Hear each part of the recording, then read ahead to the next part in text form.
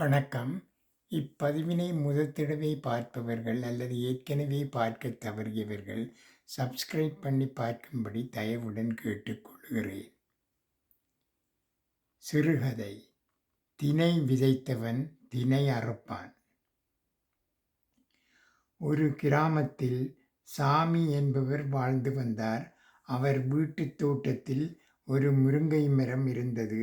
வாரம் ஒரு முறை முருங்கைக்காய்களைப் பறித்து பையில் நிரப்பி தோளில் சுமந்து வெகு தூரம் நடந்து சென்று ஒரு மளிகைக் கடையில் விற்றுவிட்டு வருவது வழக்கம்.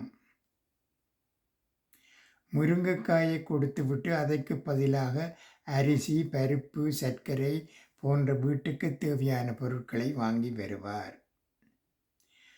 சாமி கொண்டு வரும் முருங்கைக்காயின் சுவை அந்த பகுதி மக்களிடையே மிகவும் பிரபலம்.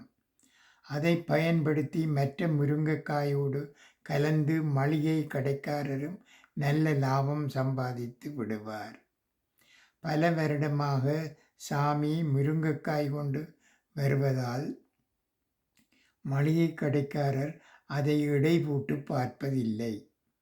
சாமி சொல்கின்ற எடையை அப்படியே நம்பி அதற்கு ஈடான மளிகை பொருட்களை கொடுத்து அனுப்புவார்.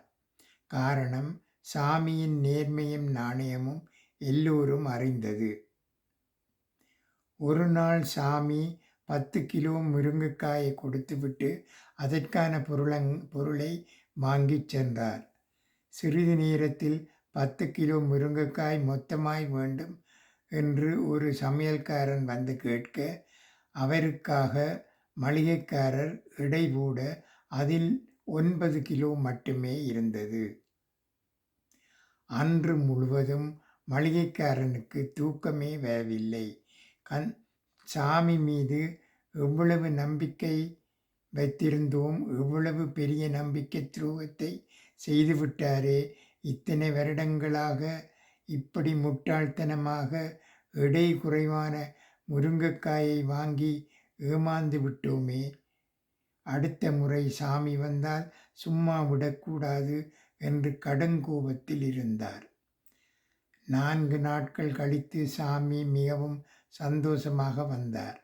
நல்ல விளைச்சல் என்பதால் நிறைய கொண்டு வந்திருந்தார். கையும் களவுமாக பிடிக்க வேண்டும் என்று எத்தனை கிலோ என்று மளிகைக்காரர் கேட்க, ஒரு கட்டு 10 கிலோ என்றார் சாமி. அவர் முன்னாலேயே எடை போட்டு பார்க்க ஒவ்வொரு கட்டிலும் 9 கிலோ தான் இருந்தது. வந்த கோபத்தில் மளிகைக்காரர் பலாரென சாமியின் கன்னத்தில் அறைந்தார். இத்தனை வருஷமாக இப்படித்தான் ஏமாத்திக்கிட்டு வர்றியா? கிராமத்துக்காரங்கள் ஏமாற்ற மாட்டாங்கள் என்று நம்பி நானே எடை போடாமல் அப்படியே வாங்கினேன். எப்படி துரோகம் பண்ணிட்டேயே சி என துப்ப நிலைகுலைந்து போனார் சாமி. ஐயா, என்னை மன்னிச்சுடுங்க, நான் ரொம்ப ஏழை. எடைக்கல்லு வாங்குற அளவுக்கு என்னிடம் காசு இல்லை. ஒவ்வொரு முறையும் நீங்கள் கொடுக்குற 1 கிலோ பருப்பை ஒரு தட்டிலேயும் இன்னொரு தட்டிலே முருங்கைக்காயையும் வச்சுத்தான் எடை போட்டு கொண்டு வருவேன். இதை தவிர வேறு எதுவும் தெரியாதையா என்று காலை பிடித்து அழ மளிகைக்காரனுக்கு செருப்பால் அடித்தது போல் இருந்தது. தான் செய்த துரோகம் தனக்கே வந்ததை உணர்ந்தார்.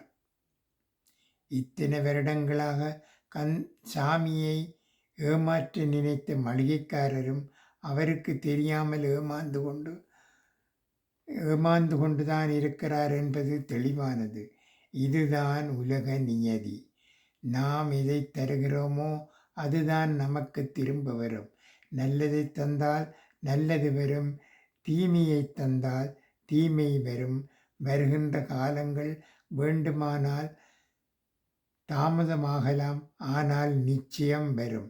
ஆகவே நல்லதை மட்டுமே தருவோம், நல்லதை மட்டுமே விதைப்போம். மனிதன் எதை விரும்புகிறானோ அதையே அறுப்பான். இதனை எப்போதும் நினைவில் வைத்து கொள்ள வேண்டும். இதனைத்தான் தினை விதைத்தவன் தினை அறுப்பான் என்று கூறப்படுகிறது. நன்றி, வணக்கம்.